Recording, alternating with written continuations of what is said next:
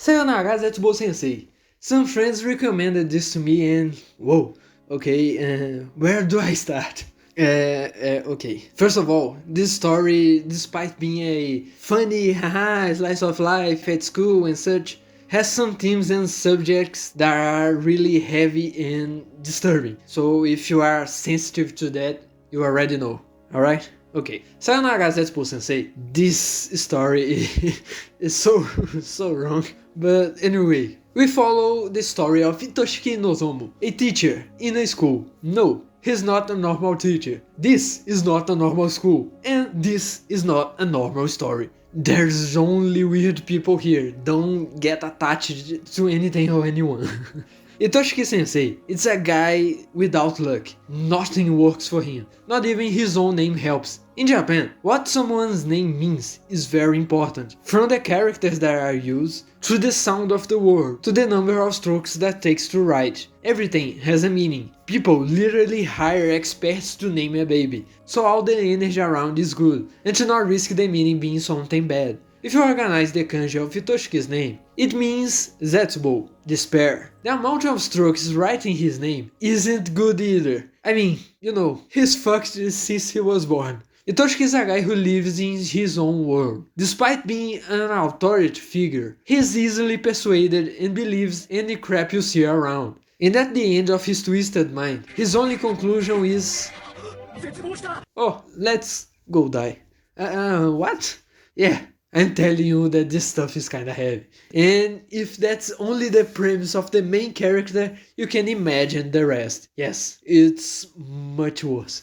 So, the story moves from here. The life of this teacher, there is nothing more than bizarre. While he tries to survive, die, while teaching a classroom with students with all kinds of different problems. An stalker, an illegal immigrant, addiction, perfectionism, and so on and so on. This work is very experimental, both the anime and the manga. Everything around it is something that you don't normally see out there, from the animation, the art style, to the storytelling, for the better or for the worse. So this is maybe the pattern that you have to expect if you intend to watch it. This story, it's a heavy comedy, but it's not a work that your edgy friend who likes Zenki Onatero will laugh at. It's a kind of old people comedy, where you have to have a very negative view of the world, but even so, don't care too much about things or already be desensitized from the extreme subjects that are often talked about.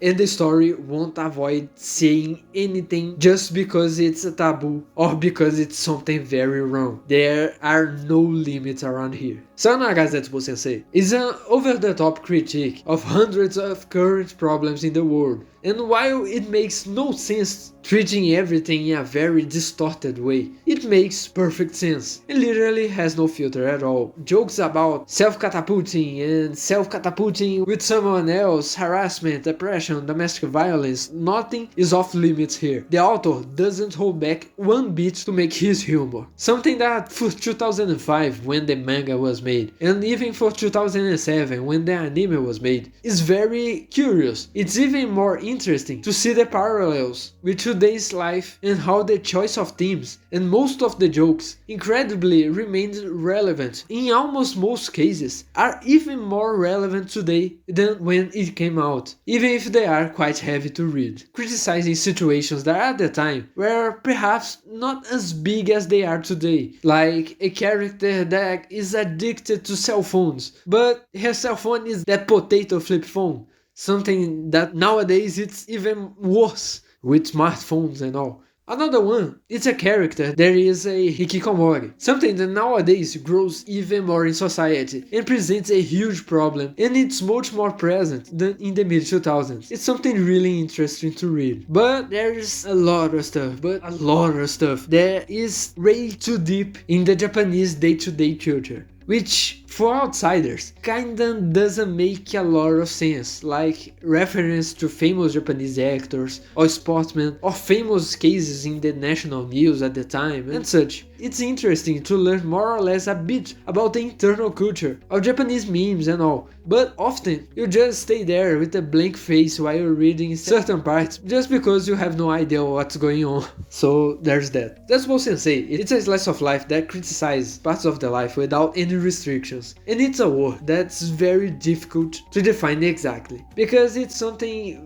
very out of the ordinary and very experimental, leaving open all those ways to measure its quality, if they are good or if they are bad, like in the anime. Its animation is not that good, even for the time, but because of the rather absurd style of the work, that doesn't make much difference, and sometimes it's even part of the humor, to create a different atmosphere, a different vibe, and throughout the seasons, it gets even better. Its aesthetics are very different, taking hints of a style of ancient Japanese stories, but in an animated environment. There is no way to say if it's good or if it's bad. It's different, and it's a cool experience nonetheless. At the same time, does the characters have quality or not? They have a stupid slice of life format, but at the same time, they deal with things far beyond a team like that, and they are made for you to kind of hate several points of them. So there's not much to compare with anything, because there's not a lot of stuff similar to it that you can compare with. Everything is different, and this entire work is defined with a simple sentence: you probably never have seen anything like this before, and probably won't even see after.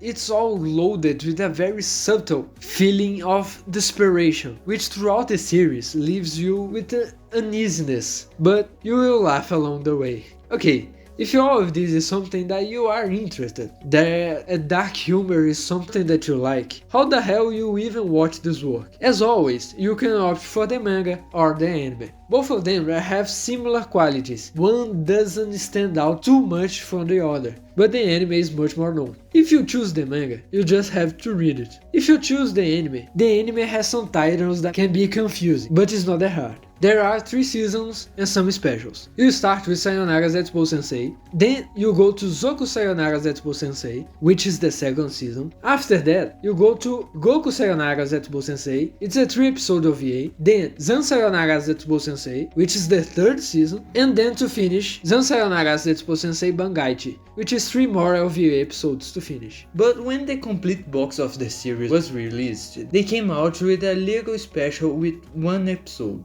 I think just this last minute I already spent all the quota of saying the name of the work in this video. So anyway, Zetsubou-sensei, it's a comedy that is not a comedy. It's the expected unexpected. A unique, cynical work that even being absolute chaos makes perfect sense. A story that you don't know how to feel, but the story knows exactly what the feeling you want to convey. It's a story that is bubbling with critics of society and references within the jokes. Unfortunately, a large number of these same jokes, just like the main character's name, are very much based on the Japanese language and society. So a lot will go over the heads of those who are watching when you don't have what it takes to understand. In such an experimental work, maybe this is more frustrating than it should be, because many times the enjoyment of reading lives and dies of you understanding what's going on. But that's also what gives it its charm. It's different, it's something alien, which even though not necessarily intended originally by the visual style, gives off a mysterious and interesting feeling, which adheres to the uncomfortable and strange themes the story talks about. Zetsubou-sensei is a strangely fascinating work, but by no means it's for everyone. I suspect that many people won't even get past the 1st episode, but it's true that after the beginning, the story becomes a little lighter, on which matures over the duration of the chapters and episodes, but it's still heavier than usual. So the chances of you not liking it are much greater than actually liking it. Although, if you end up liking it, you probably will like it a lot. So what type of person are you? It's a niche work, which knows it's a niche work, and the story itself says it's a niche work. So if you are open to that dark humor, maybe it's worth watching or reading, because its jokes are amazing, that even if it's wrong for you to laugh, you will laugh. If later you feel bad laughing at something so wrong, that's your problem. If this kind of story isn't your thing, that anime that is more out of the ordinary isn't something that suits you, or if you are facing difficult moments in your life, just don't watch it. There's nothing here that will make you like this work, and there's nothing wrong with that. Dude, the guy had an opportunity to take an isekai and he ran away, man. So, the video will normally end here, but if you look at how many minutes are left, yeah, there's more. Sayonara Zetsubou-sensei. It's a true parody from start to finish, making fun of many different things, from bad situations in the world to other anime and overused moments from stories out there. But who said that all this mess without much sense that begins and ends almost always in 1 or 2 chapters wouldn't make an amazing story? Here's the thing, Zetsubou-sensei has 300 something chapters and it knows that very well. The idea of Nozomu going to catapult himself all the time eventually gets boring, and the story itself recognizes that and throws it aside. So the model of a problem appears, they enter in despair, and then Kafka appears and sees everything the most optimistic way possible, even though it's the most horrendous thing in existence, also starts to get tiring. That's where the story deceives you. All along the way, breadcrumbs are dropped behind all the nonsense, all the bizarre things that happen, everything that you discard because it's a little scene that just for you to laugh, that it's something that doesn't have much importance. If you think too much about it, there's some kind of pattern, and this pattern has a reason. While you read, the story doesn't seem to exist beyond Itoshiki's interaction with the students that are everywhere he goes. But it does. And slowly its true colors come out, and in the middle of those unhinged jokes, there's something more sinister passing through the background of the war. And things that once thought you should disregard, that you was too out there, it's just funny. Now it becomes part of the story, and little by little you feel this change in tonality. It's amazing to see, and in the end, wow, the anime doesn't adapt the entire manga. If you choose to watch instead of reading, at some point you have to do the switch, because a lot happens in the final stretch, and it's because of this self-knowledge and this sudden turnaround that was planted during hundreds of chapters, that even though Zetsubou-sensei is an extremely permeated and dense work in the Japanese culture, and that it's often difficult to understand, it's the favorite work of many people, because it manages to tell 2 different types of stories in the telling of just one. What happens at the end is not something sudden that changed everything out of nowhere like some videos tend to say. It's something that is gradually being exposed in the background and sometimes in the foreground throughout the entire story. But of course, if the story doesn't catch you, it's kinda impossible for you to be able to take 300 or so chapters to see the payoff at the end, right?